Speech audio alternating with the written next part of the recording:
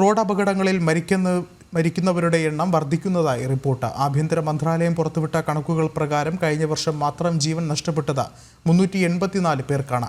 2023 അപേക്ഷിച്ച് മരണസംഖ്യയിൽ 2024 9% വർധനവാണ് ഉണ്ടായിട്ടുള്ളത്.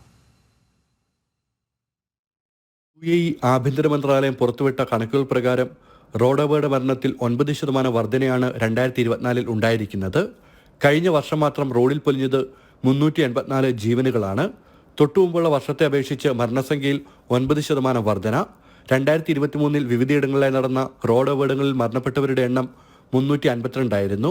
2023 അപേക്ഷിച്ച് 2024 32 മരണങ്ങൾ കൂടി.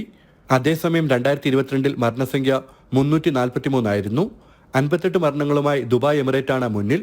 123 മരണങ്ങൾ സംഭവിച്ച അബുദാബി എമിറേറ്റാണ് തൊട്ടുപുറകിൽ.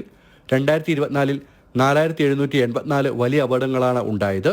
റോഡ് അപകടങ്ങളിൽ പരിക്കേറ്റവരുടെ എണ്ണം 8.33% വർദ്ധിച്ച് 6032 ഉയർന്നിട്ടുണ്ട്.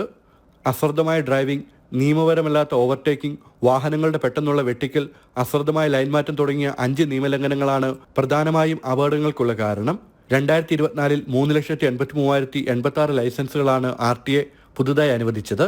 ഇതുവഴി കൂടുതൽ വാഹനങ്ങൾ നിരത്തിലിറങ്ങിയതും അപകടങ്ങൾ വർദ്ധിക്കാൻ കാരണമായതായി ആഭ്യന്തര മന്ത്രാലയം വ്യക്തമാക്കുന്നു. ജനം, ദുബായ്.